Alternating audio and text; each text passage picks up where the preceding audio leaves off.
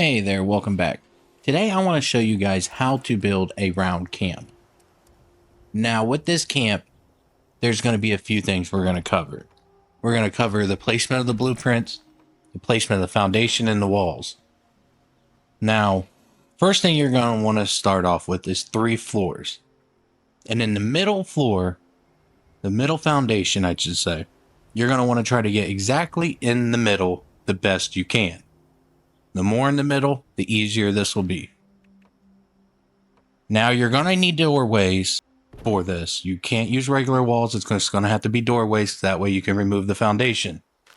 Now the foundation under you, in the middle, you're going to want to remove that like I did. So that way you can move these foundations. Now when you're lining up these foundations, you want to make sure you come a little bit above the last foundation. That way you don't have tile texture glitching out just like that. And you're going to want to make sure you line up the corner with that wood right there. You see how that just snaps right in there perfectly? This is what you're going to want to do every time. You're going to want to rinse and repeat this until you get a complete circle.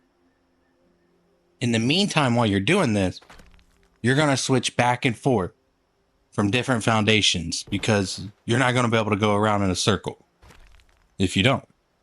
So do the same thing. Make sure you get it above a little bit. And you want to make sure you're lined up right where that big wood is, right there. Now, if you want to make sure you take your time doing this. There's no point in rushing this because you want to try to get it the best you can. This will probably take you a few times getting it. A lot of times, you're not going to get it the first try for most people. But just take your time, and if you do what I have, shown you, you should be all right.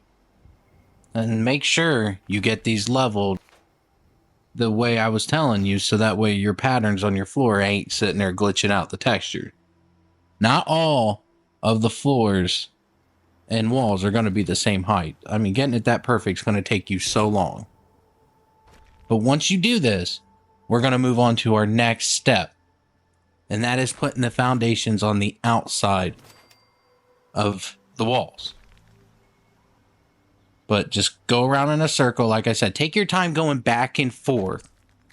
That way, you're getting this as even as possible. Sometimes you're going to have to come back in, place this foundation back down, and you can remove the wall.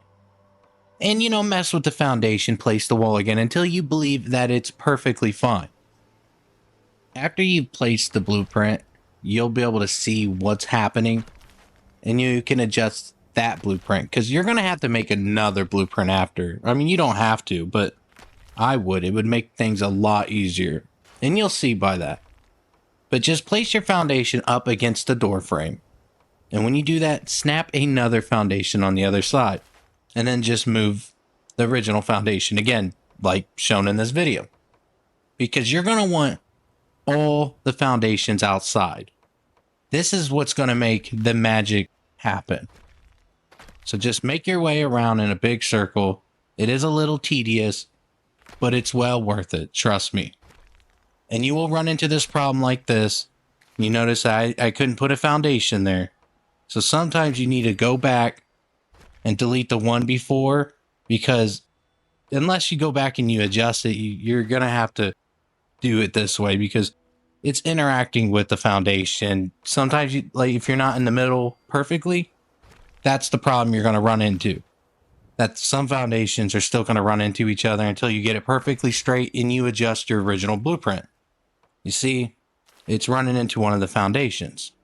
So what I'm going to do is I'm going to remove the foundation beside it. And I'm going to go ahead and move it over. You see, it's running into one of the foundations. And I know it's probably this one because it was before I laid the other one.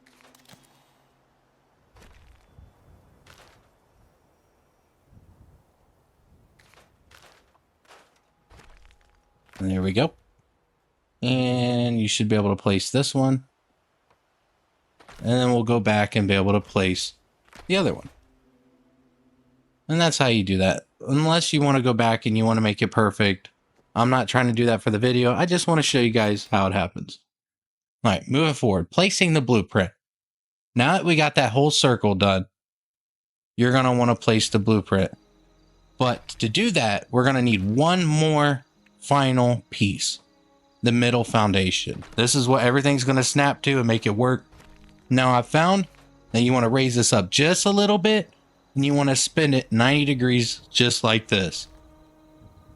That way it helps fill the gaps in the floor and it doesn't go crazy on the texture. I don't know why, it just works this way. Then once you've got all this done, you're going to want to create your blueprint. So you're going to want to go around and grab every piece of foundation and wall. And make sure you get every single one because you don't want to mess up. And after you do that, you're going to create the blueprint and you're going to name it what you're going to want to name it. Now, with naming it, if you put a star at first and then the name, it'll make it at the top of the list like you see in my list.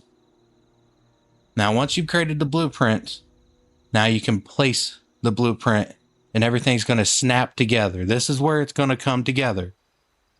Now, once you place this, there it is. It's all one big circle now.